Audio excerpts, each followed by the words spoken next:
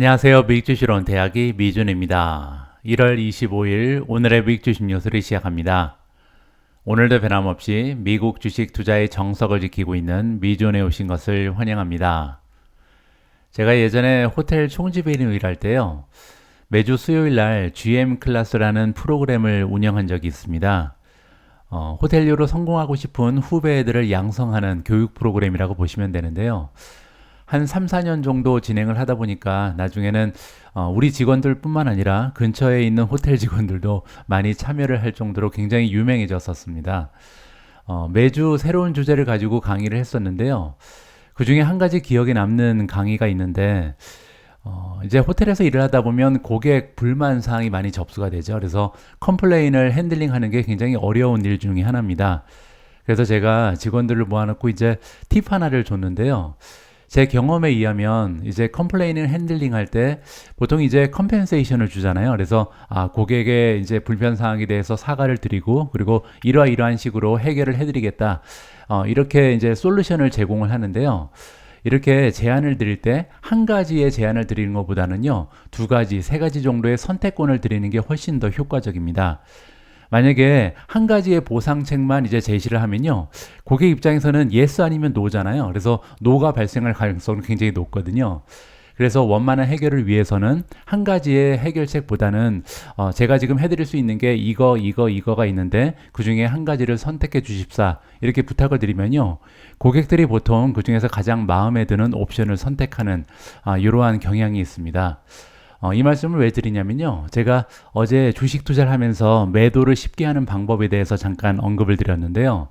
매도를 할 때 이 종목이 올라갈지 떨어질지, 이 종목을 사야 할지 팔아야 될지 이렇게 선택하는 것보다는요, 지금 내가 관심을 가지고 있는 10개, 20개의 종목이 있는데 과연 그 중에서 이 종목이 올라갈 확률이 얼마나 되는가, 이 종목보다 더 좋은 종목은 없는가, 이런 식으로요, 여러 개의 옵션을 놓고 생각을 해보면 매도가 굉장히 쉽게 다가올 수가 있습니다.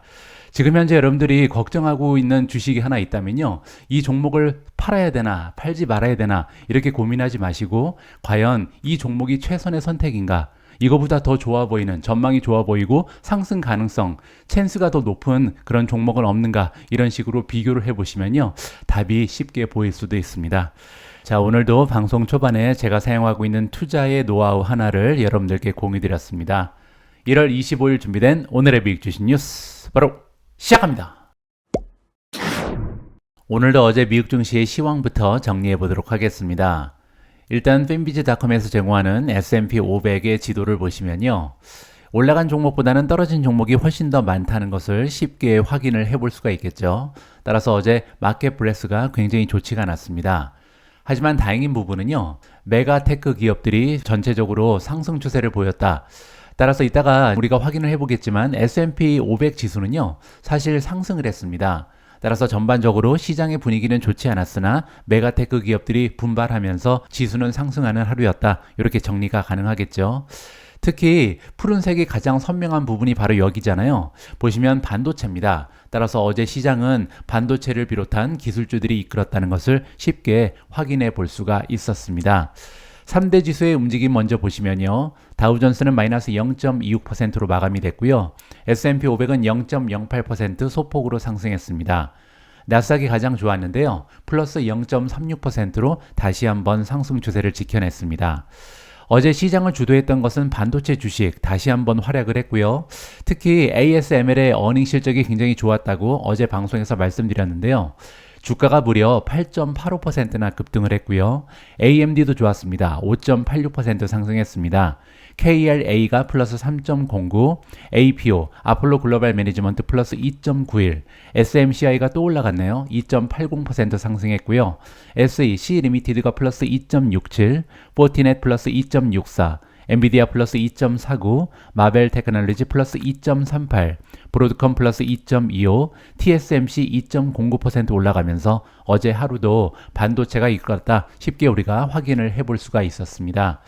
반면 떨어진 종목도 꽤 많이 발견이 되는데요.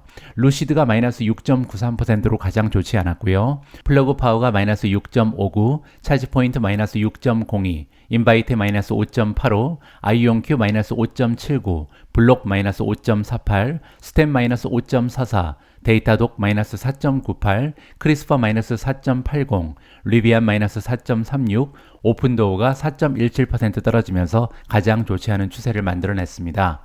다음에는 미주온 탑 12의 성적입니다. 5종목은 상승했는데요. SMCI가 2.8% 추가적으로 상승하면서 한 달 만에 거의 58% 가까운 급등 추세를 지켜내고 있습니다. 그 뒤를 이어서 엔비디아가 플러스 2.49%로 좋았고요.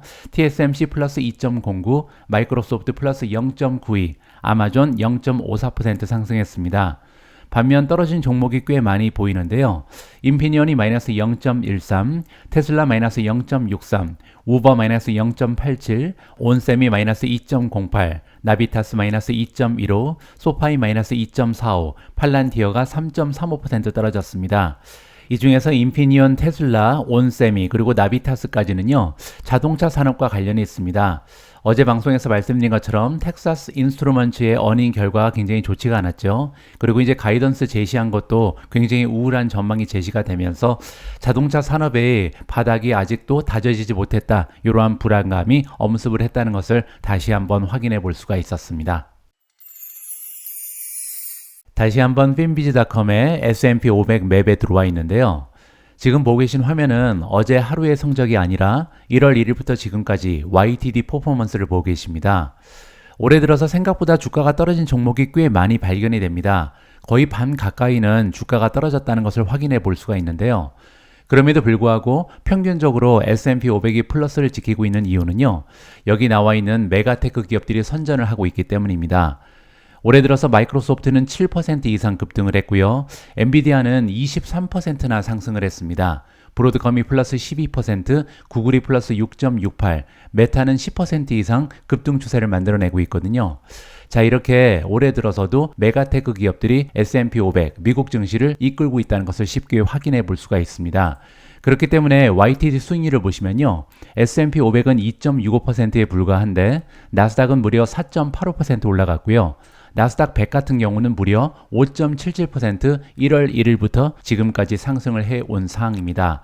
따라서 정리를 해보면요. 올해 역시도 메가테크 기업들이 달리고 있다. 그리고 이제 잠시 주춤했는데 다시 달리기 시작했잖아요.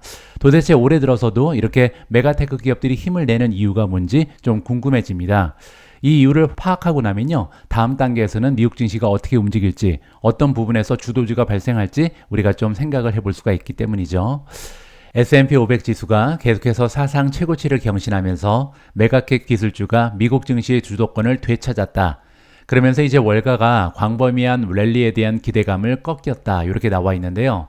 여러분들 기억하실 겁니다. 얼마 전까지만 해도 올해 들어서는 메가테크 기업들은 지난해 너무나 지나치게 올라왔기 때문에 이제부터는 시장을 소형주가 지배할 것이다. 이러한 의견이 굉장히 분분했거든요. 그런데 이제 그러한 기대감에 미치지 못했고요. 사실상 다시 한번 메가테크 기업들이 주도하는 장세가 펼쳐지고 있습니다. 자, 그런데 어느 정도로 지금 메가테크 기업들이 달리고 있는지 여기서 수치로 제시를 해주고 있는데요. 2024년 초부터 화요일 종가까지 S&P 500 총 시가총액 증가액은요 8,025억 달러입니다. 그런데 우리가 보통 매그니피센트 7이라고 부르는 7개 종목이 있잖아요. 이 7개 종목의 시가총액 증가분은요 무려 5,407억입니다. 따라서 시장이 지금 500대 기업은 8천억 정도가 올랐는데 그 중에서 단 7개 종목은 5,400억이 오른 거죠. 따라서 전체 증가분의 한 67% 이상을 기여하고 있다. 이렇게 정리가 가능합니다. 그 중에서도 인공지능의 대명사 엔비디아의 주가는 25% 이상 껑충 뛰어 오른 상황이고요. 다우존스 마켓 데이터에 따르면요. 매그니피센트 7의 시가총액은 2023년 1년 동안 총 5조 1,170억 달러가 상승을 했습니다. 그 와중에 S&P 500은요 6조 5,020억 달러가 추가된 데 불과했거든요. 그 얘기는 500대 기업이 6조 5,020억 올라갈 때 그 중에서 78% 이상을 단 7개 종목이 담당을 했다. 이렇게 우리가 살펴볼 수가 있습니다. 따라서 지금 올해 들어서는 78% 편중 현상이 67%로 약간 떨어진 거죠. 그 이유는 우리가 잘 알고 있는 것처럼 애플, 테슬라가 작년만큼 힘을 내지 못하고 있기 때문입니다. 자, 어쨌든 새해에도 다시 한번 엔비디아 그리고 마이크로소프트의 인공지능에 대한 투자자들의 많은 관심을 끌고 있죠. 그리고 전략가들과 포트폴리오 매니저들은요, 이 두 회사를 인공지능 붐의 실질적인 리더로 간주하고 있습니다. 따라서 메가테크 기업들 중에서도 이 두 기업이 지금 시장을 이끌고 있다, 이렇게 얘기하는 거고요. 이 두 종목은 수요일 사상 최고치를 기록하면서 마감이 됐고요. 마이크로소프트의 경우는요, 잠시 시가총액이 처음으로 3조 달러를 돌파했습니다. 따라서 애플에 이어서 두 번째로 3조 달러를 찍은 종목이 바로 마이크로소프트다, 이렇게 우리가 살펴볼 수가 있겠죠. 그러면 메가테크 기업이 이렇게 견조한 회복세를 보인 반면 시장의 다른 섹터들은요, 2023년 말 상승세를 유지하지 못하고 있는 이유가 무엇일까? 이 부분이 굉장히 궁금해지는데요. 여러 전문가들의 의견을 좀 살펴봐야 할 것 같습니다. 인프라스트럭처 캐피탈 어드바이저의 CEO 그리고 포트폴리오 매니저인 제이 해필드가 등장하는데요. 이 전문가의 의견에 따르면 투자자들이 금리 상승에 베팅하거나 공격적인 금리 인하에 대한 기대치를 제고할 때 빅테크 종목이 더 나은 성과를 내는 경향이 있다고 합니다. 이 얘기가 뭐냐면요, 지금 현재는 금리 상승에 베팅하는 시기는 아니죠. 하지만 공격적인 금리 인하를 굉장히 좀 많이 기대하고 있었잖아요. 3월 달부터 금리 인하가 시작될 것이다, 이렇게 기대감이 올라갔었는데 이제는 시장이 이러한 기대치를 제고하고 있죠. 3월은 물 건너갔다, 경제가 너무 탄탄하다, 아무래도 6월 달은 돼야 금리 인하가 나타날 것이다, 이렇게 기대가 제고되고 있습니다. 이럴 때는 빅테크 종목이 힘을 낸다, 이렇게 역사적인 사실을 얘기해주고 있는 거죠. 금리 상승에도 불구하고, 높은 금리가 있음에도 불구하고 빅테크가 좋은 성과를 낼 수 있는 이유는 뭐냐면요, 빅테크 기업은 대체적으로 부채 수준이 굉장히 낮습니다. 뭐 애플 같은 경우는 좀 높긴 합니다. 하지만 애플이나 아마존을 제외하고는 나머지 종목들은요, 부채가 거의 없는 수준이거든요. 거기에 두 번째로 안정적인 현금 흐름. 현금 흐름이 좋다는 얘기는요, 돈을 꿀 필요가 없다는 거죠. 대출이 필요가 없습니다. 그리고 추세 이상의 수익 성장에서 비롯된다. 따라서 경제가 조금 어려워도 수익 성장에 아무런 문제가 없다는 거죠. 자, 두 번째 전문가가 등장합니다. 미국 은행 자산 관리의 수석 투자 전략가 롭 호버스가 등장하는데요. 이 전문가는 이렇게 얘기합니다. 금리가 높아져도 자본 비용이 증가하지 않는다. 자본 비용이 증가하는 얘기는 뭐냐면요, 카펙스를 얘기합니다. 따라서 미래에 대해서 투자를 해야 되는데 투자하기 위해서는 투자 자금이 필요하잖아요. 빅테크 기업은 현금이 넘쳐나기 때문에 자본 비용에 아무런 문제가 없다는 거죠. 이들 기업의 성장률이 대부분의 경제보다 높기 때문에 성장 기대치 역시 떨어지지 않는다. 따라서 경제가 조금 어려워도요, 이들 기업들, 메가테크 기업들은 경제보다 오히려 높은, GDP 성장보다 더 높은 성장을 계속해서 만들어낼 가능성이 높다는 겁니다. 자, 이렇게 매그니피센트 세븐이 다시 한번 리그 테이블을 장악하고 있지만 해필드라는 전문가는요, 새해 상황이 2023년에 일어난 일과 정확하게 일치하지는 않는다, 이렇게 지적을 했습니다. 그 얘기는요, 두 종목이 굉장히 부진한 모습을 보인다는 얘기입니다. 테슬라의 약세 그리고 애플의 미지근한 실적 약세와 미지근한 성과로 인해서 해필드와 다른 전문가들은요, 이제는 매그니피센트 5라고 얘기합니다. 엔비디아, 마이크로소프트, 아마존, 알파벳 그리고 메타를 얘기하는 거죠. 지금 시점에서는 매그니피센트 7보다는 매그니피센트 5가 더 의미가 있을 것이다, 이렇게 주장을 하고 있습니다. 투자자들은요, 이 5개 주식에 브로드컴 그리고 AMD까지 추가해서 새로운 매그니피센트 7을 만들고 있는데요. 그렇게 되면 AI 테마에 더 초점을 맞춘 바스켓에 함께 그룹을 만들 수 있다, 이렇게 해필드가 덧붙이고 있습니다. 저 같은 경우는 개인적으로 브로드컴, AMD는 투자를 하고 있지 않은데요. 대신 여기에다가 이제 두 종목을 저 역시도 추가를 했는데, 하나가 슈퍼 마이크로 컴퓨터고요. 또 하나는 TSMC입니다. 이렇게 두 개를 붙여서 매그니피센트 7이다, 제 개인적으로 생각을 하고 있고요.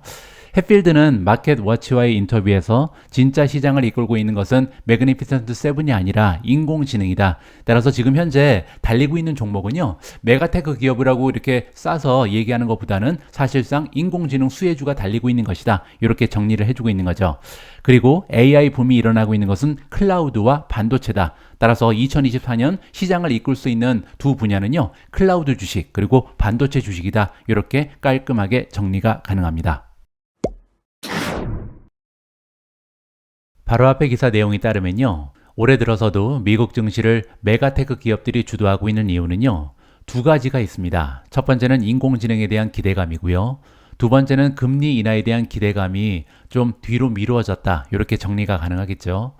그 중에서 이제 금리 인하에 대한 문제를 생각해 보면요, 원래는 3월 달 정도부터 금리 인하가 발생할 것이다, 이렇게 기대감이 있었는데 이 시기가 한 3개월 정도 뒤로 미루어진 거잖아요. 그 얘기는 다시 얘기하면 한 3개월 정도 기다리면 다시 한번 소형주들이 힘을 낼 가능성도 있다. 이렇게 우리가 조심스럽게 예측이 가능합니다. 그래서 이번 기사에서는요, QQQJ에 대해서 여러분들에게 좀 새로운 정보를 전해드릴까 합니다. QQQJ는요, 차세대 테크주 ETF다. 따라서 QQQ 주니어라고 보시면 됩니다. 굉장히 흥미진진한 내용이 발견이 되거든요. 함께 내용을 한번 살펴보시죠. 최근 나스닥 100 지수와 매그니피선트 7 열풍에 대해서는 잘 알고 있지만 그 다음 단계의 주식은 어떤 것일까? 따라서 다음으로 시장을 주도할 주식은 어떤 주식일까? 이러한 질문을 던져주고 있습니다. 인베스코 나스닥 넥스트 제너레이션 100 ETF가 있습니다.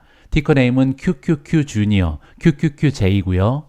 이 주식 ETF는요, 나스닥 100 다음으로 커다란 100개의 나스닥 주식, 즉 시가총액 기준으로 101위부터 200위까지의 주식을 포함하는 ETF다. 이렇게 설명이 가능합니다.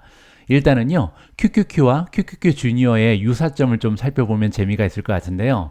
첫 번째로 둘 다 테크 섹터가 가장 커다란 비중을 차지합니다. 물론이죠. 왜냐하면 QQQ 자체가 나스닥에서 시가총액 기준으로 100위, 그리고 QQQJ는 101위부터 200위까지 있기 때문에 테크 섹터가 가장 많은 비중을 차지하는 것은 당연한 거죠. 여기 밑에 보시면요, QQQ 주니어는 35.6%, 그리고 이 나스닥 100이 NDX거든요. 나스닥 100 같은 경우는 테크놀로지가 50.7%, 반 정도를 차지하고 있습니다. 자, 두 번째 공통점은요, 두 지수 모두 시가총액 가중치가 적용된다. 따라서 시가총액이 크면 클수록 더 많은 투자 자금이 들어가게 돼 있는 ETF 구조를 가지고 있다. 이렇게 보시면 되고요. 세 번째로 상위 5개 섹터가 두 지수의 90%를 차지합니다. 따라서 미국 증시에는요, 총 11개의 섹터가 존재하는데 그 중에서 5개가 주를 이룬다, 90%를 넘어간다, 이렇게 보실 수가 있는 거죠. 첫 번째로 테크놀로지, 두 번째 헬스케어고요, 세 번째는 임의소비재, 네 번째는 산업재고요, 마지막으로 커뮤니케이션 서비스가 다섯 번째로 많은 비중을 차지하고 있는 것이 QQQ 주니어입니다. 반면 NDX, 나스닥 100 같은 경우는요, 테크놀로지가 50.7%로 1위, 두 번째로 높은 섹터는 커뮤니케이션 서비스고요, 세 번째는 임의소비재, 네 번째 헬스케어, 마지막으로 필수 소비재가 6.6%를 담당하고 있습니다. 자, 이렇게 세 가지의 공통점을 찾아봤는데요, 한 가지의 커다란 차이점이 존재한다고 합니다. 나스닥 100 같은 경우는요, 6개 구성 종목이 4% 이상의 가중치를 가지고 있는데요. 여기 보시면 6개 종목이 4%, 4.4, 4.8, 8.8, 9% 따라서 굉장히 많은 투자 자금을 담당하고 있잖아요. 하지만 반면 QQQ 주니어 같은 경우는 가장 커다란 비중을 차지하는 종목이 MPWR인데요. 모놀리틱 파워 시스템이죠. 이 종목마저 2.2%의 자금을 담당하는 데 불과하다. 따라서 투자 자금이 여러 종목에 균등하게 분배가 돼 있다. 이렇게 QQQJ의 특징을 살펴볼 수가 있습니다. 그리고 더 중요한 것은요, NDX 상위 10개 종목이 전체 지수의 46%를 차지하는데요. QQQJ 같은 경우는 상위 10개 종목의 비중은 전체 투자 자금의 16%에 불과하다. 따라서 어떻게 보면요, QQQJ는 QQQ보다 보유 종목에 대한 균형 잡힌 노출을 제공한다. 긍정적으로 해석이 가능합니다. 자, 이번에는요, 과연 QQQJ가 어떠한 상승 패턴을 보이고 있는지, 왜 전망이 좋은지 여기에 대한 의견을 들어볼까 합니다. QQQJ는요, 단연간의 거래 범위를 돌파하려는 시도에 가까워지고 있다고 합니다. 기술적인 분석을 해보니까 그렇다는 거죠. 상승 컵과 손잡이를 닮은 이 패턴은 2022년 봄까지 거슬러 올라간다라고 설명이 나와 있는데요. 바로 이 그림입니다. 여기 보시면요, 컵이 여기 나와 있고요, 컵 손잡이가 여기 달려 있습니다. 굉장히 여러 번 이 저항선을 뚫기 위해서 노력을 했는데 아직까지 한 번도 뚫지 못했죠. 마지막으로 2024년 초에 뚫지 못하고 다시 한번 가라앉는 모습을 보여주고 있는데요. 이렇게 컵과 손잡이가 있으면, 즉 급상승할 수 있는 여지가 있다. 이렇게 기술적으로 긍정적인 해석이 가능합니다. 그리고 또한 이 그 범위가 너무나 길기 때문에 그 안에서 또 다른 강세 형성이 형성됐다고 합니다. 그 얘기는 뭐냐면요, 여기 컵이 하나 더 존재한다는 거죠. 작은 컵이 하나 있고요, 그리고 작은 손잡이가 하나 더 존재한다. 따라서 두 개의 강세 패턴이 겹쳤다는 거죠. 그리고 이렇게 두 개의 강세 패턴은 각각 33달러 그리고 32달러의 상승 목표치를 가지고 있기 때문에 하나가 발견되는 것보다 더 강력한 패턴이다. 따라서 QQQJ가 앞으로 상승할 가능성이 굉장히 높아 보인다. 이렇게 긍정적으로 해석이 가능합니다. 지금 QQQJ의 주가를 보니까요, 26.6달러입니다. 따라서 33달러까지 올라간다면 한 24% 정도 상승 여력이 있다. 이렇게 우리가 긍정적으로 볼 수가 있는 거죠. 뻔한 사실이지만 아직 돌파하지 못했기 때문에 QQQJ는요, 지금까지 나스닥 100의 상승률에 많이 뒤처져 있다. 여기 보시면요, 두 개의 주가 차트가 굉장히 다른 모습을 보여주고 있죠. 여기 2022년까지는 비슷한 패턴이 발견이 됩니다. 자, 그런데 떨어지고 나서 QQQ 같은 경우는 상승을 했는데요. QQQ 주니어는 막혀서 다시 한번 계속해서 이 저항선을 뚫지 못하고 있는 모습을 보이고 있는 거죠. 따라서 여기부터 지금 주가가 상당히 다른 패턴을 보이고 있다. 이렇게 정리가 가능합니다. 그런데 이러한 현상은요, QQQ 주니어와 NDX, 나스닥 100의 상대 차트를 바라보면 더욱더 분명하게 드러난다고 합니다. 바로 이 차트인데요, 렐러티브 차트입니다. 이 차트가 지금 계속해서 밑으로 떨어지고 있잖아요. 그 의미는 뭐냐면 과거 3년간 QQQ 주니어의 수익률이 지금 나스닥 100에 비해서 현저하게 밉도는 모습을 계속해서 보여주고 있는 거죠. 따라서 이제 문제는요, 언제 반전이 가능한가, 언제부터 이제 QQQ 주니어가 나스닥 100의 상승을 따라갈 수 있는가, 이 여부라고 생각하시면 좋을 것 같습니다.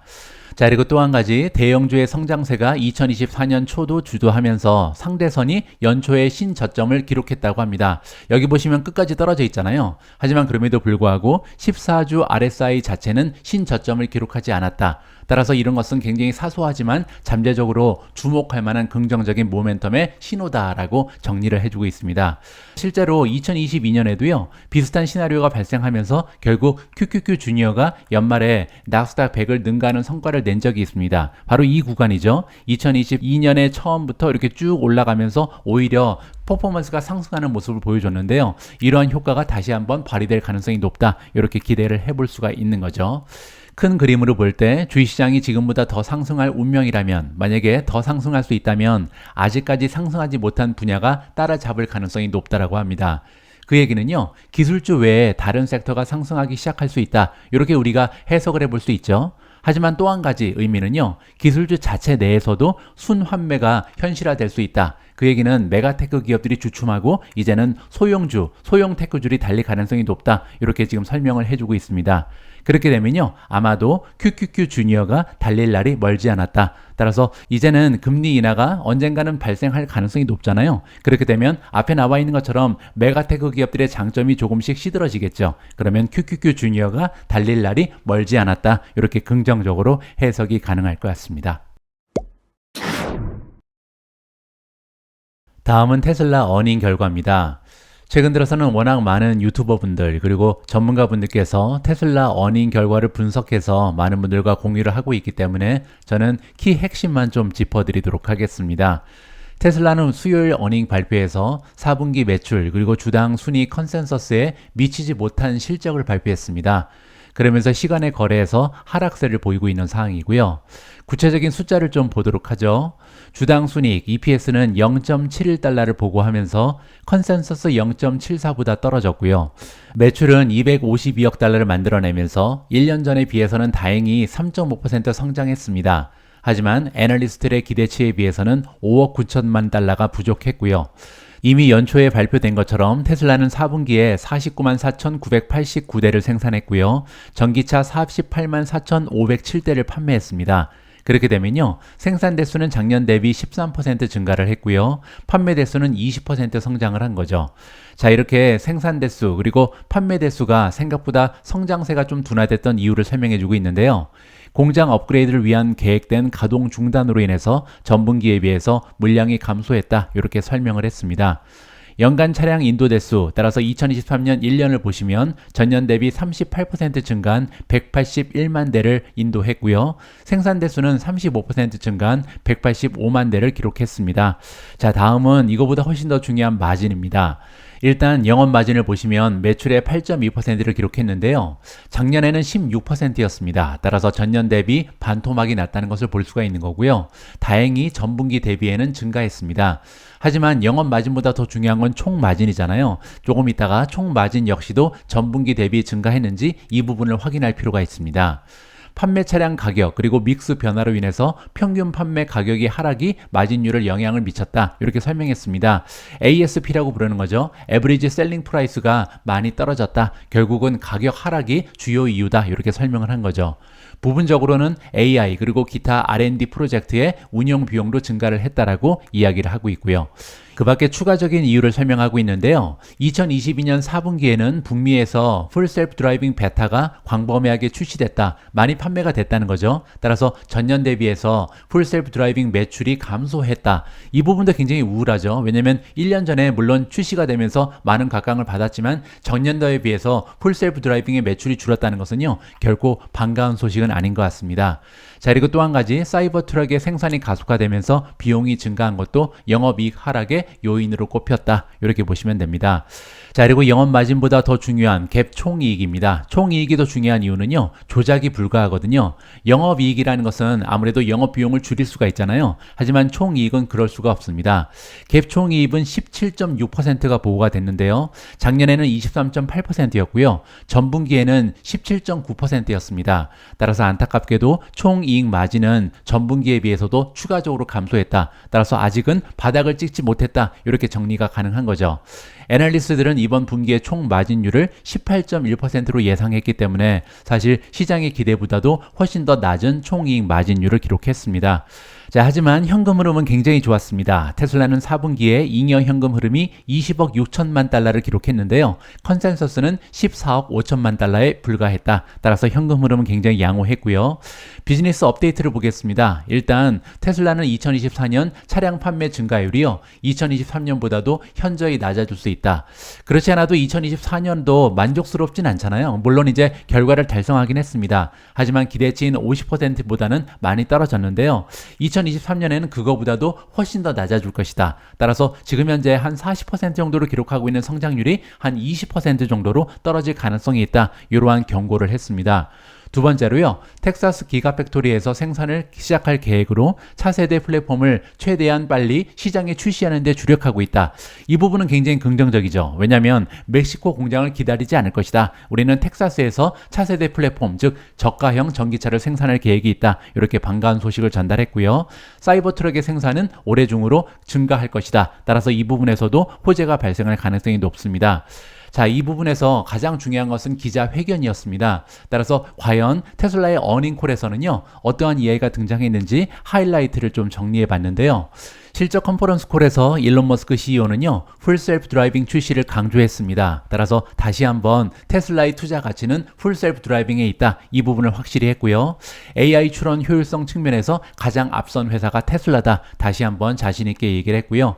그는 새로운 차량 제조 시스템이 오스틴에서 차세대 모델을 제작하는 데 사용된 이후에 그리고 나서 멕시코의 새로운 공장과 다른 기가팩토리에 출시될 것이다. 이렇게 언급을 했습니다. 따라서 어제 제가 전달해드렸던 차세대 모델이 드디어 다시 한번 확정이 되는 거죠. 물론 시기는요, 2025년 중반이 아니라 후반기라는 얘기가 나왔습니다. 따라서 앞으로 한 2년 가까이 기다리면 드디어 차세대 모델, 저가형 전기차가 출시가 된다. 다시 한번 호재에 대해서 언급이 나온 거고요. 그리고 완전자율 주행 기술에 대해서 굉장히 부정적인 언급도 했는데요. 테슬라가 지금 현재 다른 자동차 제조업체로부터 풀셀프 드라이빙 라이센스에 대한 관심을 거의 받지 못하고 있다. 이렇게 고백을 했습니다. 이 부분에 대해서는 제가 몇 달 전에 방송을 통해서 저의 의견을 전달해 드린 적이 있는데요. 저 역시도 다른 기업들이 테슬라의 소프트웨어를 쓰기는 조금 무리가 있다고 생각합니다.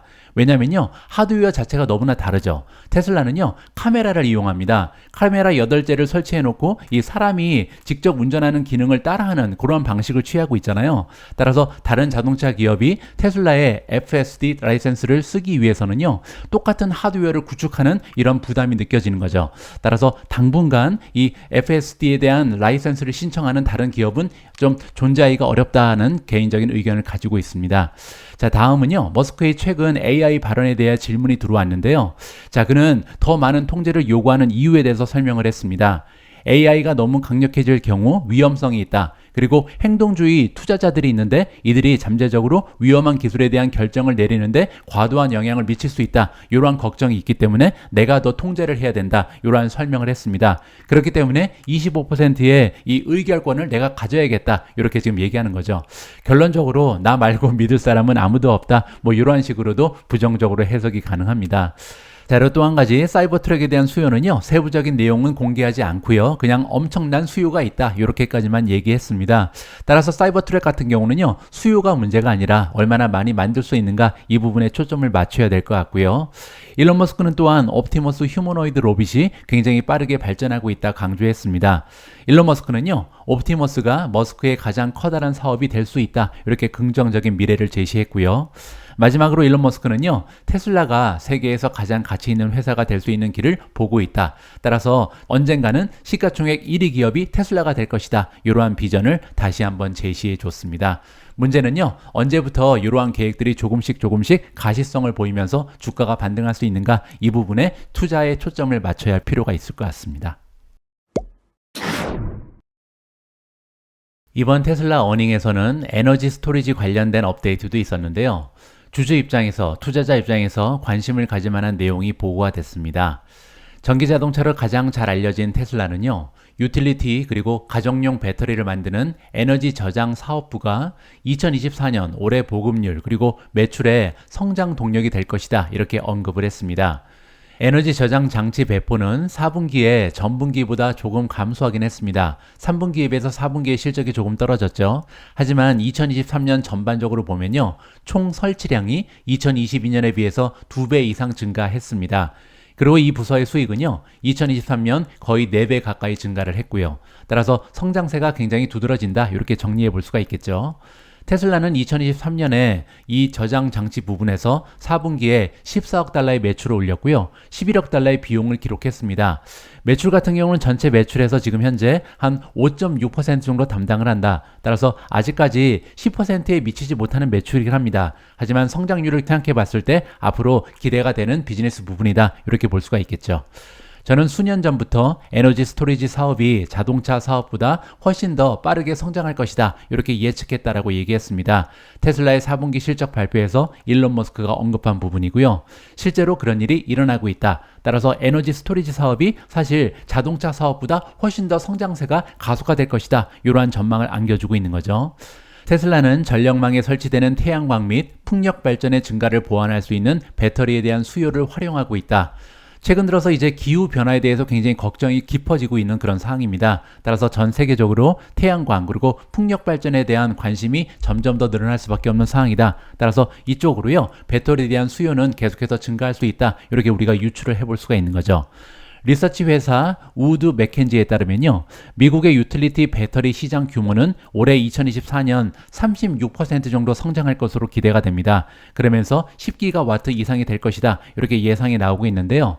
1기가와트는 약 75만 가구에 충분한 전력을 공급할 수 있다라고 합니다. 따라서 다가오는 미래에는요, 태양광 그리고 풍력 발전 같은 그린 에너지에 대한 관심뿐만 아니라 점점 더 도입도 가속화되지 않을까, 이렇게 우리가 기대를 해볼 수가 있고요. 그렇게 되면 테슬라의 이 배터리 사업부가 지금 현재는 5.6% 정도 매출을 기여하는 데 그치고 있지만 결국은 점점 더 매출 기여도가 확장될 것이다, 이렇게 기대감을 가져볼 수가 있을 것 같습니다. 다음은 엔비디아 관련된 소식입니다. 엔비디아가 에퀴닉스와 협력을 해서 기업들에게 AI 슈퍼컴퓨터를 제공한다라는 소식입니다. 에퀴닉스는 아마 많은 분들께서 알고 계실 겁니다. 데이터 센터 전문 리츠 기업이죠. 자, 이번에 에퀴닉스와 함께 어떠한 프로젝트를 도입하는지 자세한 내용을 살펴보도록 하겠습니다. 데이터 센터 운영업체 에퀴닉스와 엔비디아는요, 수요일 날 기업 고객들한테 칩 회사의 슈퍼컴퓨팅 시스템을 제공하기 위해서 제휴를 맺었다, 이렇게 발표를 했습니다. 이 서비스를 통해 기업들은요, 아마존닷컴 혹은 마이크로소프트와 같은 클라우드 컴퓨팅 제공 업체로부터 엔비디아의 칩을 임대하는 대신요, 인공지능 컴퓨팅 시스템을 더 쉽게 소유하고 데이터를 더 잘 제어할 수 있게 되었다, 이렇게 정리해주고 있습니다. 이 얘기가 뭐냐면요, 최근 들어서는 이제 GPU가 굉장히 귀하고 또 가격이 너무나 높잖아요. 따라서 아마존 아니면 마이크로소프트가 구축하고 있는 클라우드 내에서 GPU를 임대하는 그런 기업들이 많이 늘어나고 있습니다. 그런데 한 가지 문제가 있죠. GPU를 임대한다는 것은요, 아무래도 보안상의 걱정거리가 늘 수밖에 없다. 소유권이 나한테 없는 거잖아요. 따라서 굉장히 좀 한 가지 단점이 부각되고 있다, 이렇게 볼 수가 있겠죠. 많은 대기업이 개인정보 보호 그리고 보안상의 이유로 AI 컴퓨팅 시스템을 소유하는데 더 많은 관심을 보이고 있다. 자, 그런데 두 가지 문제가 있습니다. 첫 번째로 GPU가 너무 비싸고요. 그리고 이 GPU를 살 수 있다고 해도 관리를 해야 되잖아요. 자, 여기 나와 있는 것처럼 엔비디아 시스템은요, 기존 데이터 센터 서버와 다른 네트워킹 케이블을 사용하고 있고요. 액체 냉각이 필요한 경우가 많다. 원래는 이제 공냉식 냉각을 하는데요. 이 데이터 센터 같은 경우는, 특히 GPU 같은 경우는요, 액체로 냉각을 해야 된다고 합니다. 그렇기 때문에 이제 슈퍼 마이크로 컴퓨터가 뜨고 있는 이유죠. 슈퍼 마이크로 컴퓨터가 바로 이 액체 냉각의 맞춤형이다. 이렇게 보시면 됩니다. 이번 계약에 따라 엔비디아는요, 에키닉스 직원들에게 시스템 구축 및 운영 방법을 교육해 왔습니다. 기업 고객은 엔비디아 시스템을 구매하되 소유권을 유지하면서 효율적으로 시스템을 구축, 운영하기 위해서 에키닉스의 비용을 지불하게 된다. 따라서 우리가 정리를 해보면요, 이제는 더 이상 아마존이라든지 마이크로소프트가 운영하고 있는 클라우드 상에서 GPU를 임대할 필요가 없고요. 내가 GPU를 소유하죠. 근데 관리는 이제 에키닉스한테 맡긴다. 이러한 파트너십이 결성됐다고 보시면 됩니다. 에키닉스의 수석 부사장 겸 데이터 센터 서비스 총괄 매니저인 존 린이 나오는데요. 로이터와의 인터뷰에서 이렇게 얘기했습니다. 대형 고객들이 자신의 운명을 스스로 통제할 수 있느냐, 이 여부에 대해서 우려를 하고 있다. 그렇기 때문에 프라이버시를 강화하고자 한다. 따라서 임대하는 것보다는 GPU를 소유하고 싶어하는 기업주들이 훨씬 더 많다. 이렇게 밝히고 있는 거죠. 엔비디아와 에키닉스는요, 수요일부터 새로운 서비스를 이용할 수 있다. 이렇게 밝혔지만 당장 어떤 고객군을 확보했는지 리스트는 공개하지 않았습니다. 이번 기사도요, 엔비디아 입장에서는 커다란 호재입니다. 왜냐면요, 고객 입장에서는 한 가지의 옵션이 생긴 거잖아요. 자, 이제부터 내가 인공지능을 구축하기 위해서는 이 클라우드 상으로 가서 GPU를 임대하는 방법이 있지만, 아니면 에키닉스한테 관리를 맡기고 직접 GPU를 소유하는 방법이 생긴 겁니다. 자, 어쨌든 고객사가 어디로 가건 그 안에는요, 엔비디아의 GPU가 존재하는 거죠. 따라서 또 한 번 엔비디아의 GPU가 확장되는 계기가 마련됐다, 개인적으로 판단합니다. 어제 ASML과 함께 미국 증시의 상승을 이끌었던 반도체 종목이 하나 더 있는데요. 바로 AMD입니다. AMD의 주가는 어제 하루 동안 5.86% 급등했고요. 시장 마감 이후에도 1% 이상 추가적인 상승 추세를 만들어내고 있습니다. 그럴 만한 이유 하나가 있었는데요. 바로 이 기사 때문입니다. AMD의 주가가 앞으로 4배 이상 상승이 가능하다, 이러한 전망이 대두되고 있거든요. 구체적인 내용을 한번 살펴봐야겠죠. 인공지능 애플리케이션에 사용되는 새로운 칩에 대한 AMD의 낙관론이 급증하면서 AMD의 주가는요, 연초 이후에 이미 20% 이상 급등한 상황입니다. AMD의 이런 상승세는요, AI 반도체의 리더격인 엔비디아의 주가 25% 상승과 비슷한 양상을 보이고 있습니다. 자, 그 와중에 수요일날 AMD의 주가는요, 매우 낙관적인 애널리스트 보고 덕분에 7% 상승하면서 랠리를 이어나갔습니다. 자, 전문가 이름이 나오는데요. 뉴스트리트 리서치의 피에르 페라구입니다. 이 전문가의 성적을 잠깐 보여드리면요. 월가의 전문가 8,688명 중에 901위를 차지하고 있습니다. 따라서 상위 한 10%, 11%의 랭킹이 되고 있고요. 석세스 레이트는 63%, 10개를 추천하면 6개 이상은 맞아떨어지고요. 반면 에버리지 리턴, 1년간의 평균 수익률은 12.8%를 기록하고 있습니다. 자, 이렇게 유능한 전문가 피에르 페라구는요, AMD의 등급을 보유해서 매수로 상향 조정했고요. 목표 주가를 215달러로 제시했습니다. 자, 그런데 경사가 겹쳤습니다. 왜냐면 바로 하루 전에 웨드부시 애널리스트 매튜 브라이슨이요, 강세 전망을 제시하면서 이 AMD의 주식의 목표 주가를요, 130달러에서 무려 200달러까지 상향 조정한 적이 있거든요. 따라서 두 개의 투자 기관에서 동시다발적으로 AMD의 목표 주가를 올리고 있다, 이렇게 해석이 가능한 거죠. 페라구는 리서치 노트에서 이런 얘기를 했습니다. 작년에 AMD CEO 리사 수가 데이터 센터 인공지능 칩 시장이 2027년이 되면요, 4천억 달러까지 올라갈 것이다. 엄청난 잠재력이 있는 시장이 바로 인공지능 반도체 시장이다. 이렇게 얘기한 적이 있거든요. 페라구는 이 예측에 대해서 결코 뜬금없이 나온 것이 아니다. 어느 정도 현실성이 있다는 거죠. 자, 그의 의견에 따르면요, AI 반도체 시장이 이 정도 규모에 도달하면 아리스타 네트워크라든지 ARM, 브로드컴, 인피니언, 인텔, 마이크론, 이렇게 다양한 반도체 주식한테 기회가 있을 것이다. 이렇게 추천 주식을 언급을 했고요. 그러나 그 와중에서도 AMD와 TSMC가 가장 눈에 띄는 종목이다. 두 종목이 탑픽이다. 이렇게 밝혔습니다.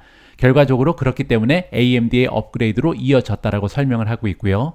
이 애널리스트는 AI 칩 지출이 리사수가 예측한 4천억 달러의 절반에 불과하더라도 그래도 문제가 없다. 왜냐하면 그렇게 돼도요, 총 데이터 센터의 지출은 연간 25% 성장을 보일 가능성이 높다라고 주장합니다.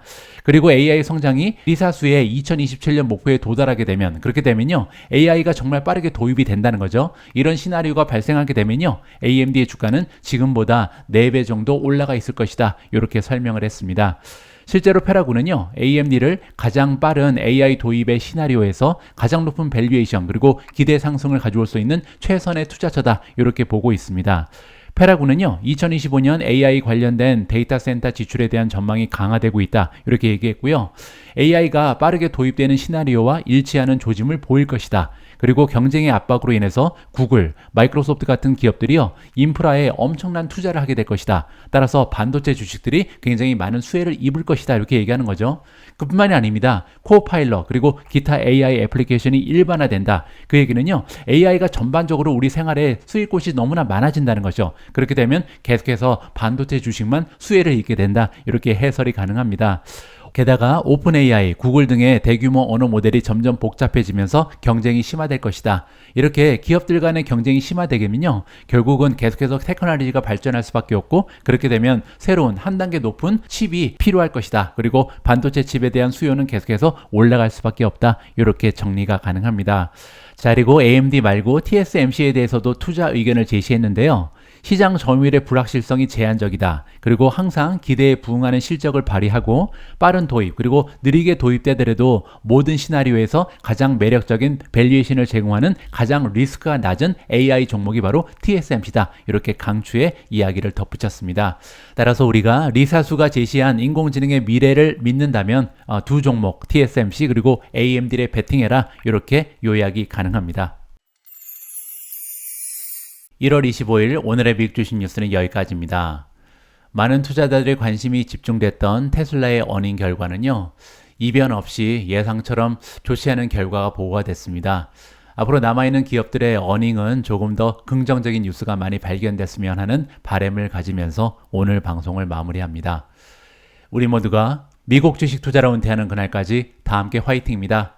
행복한 하루 되세요. 감사합니다.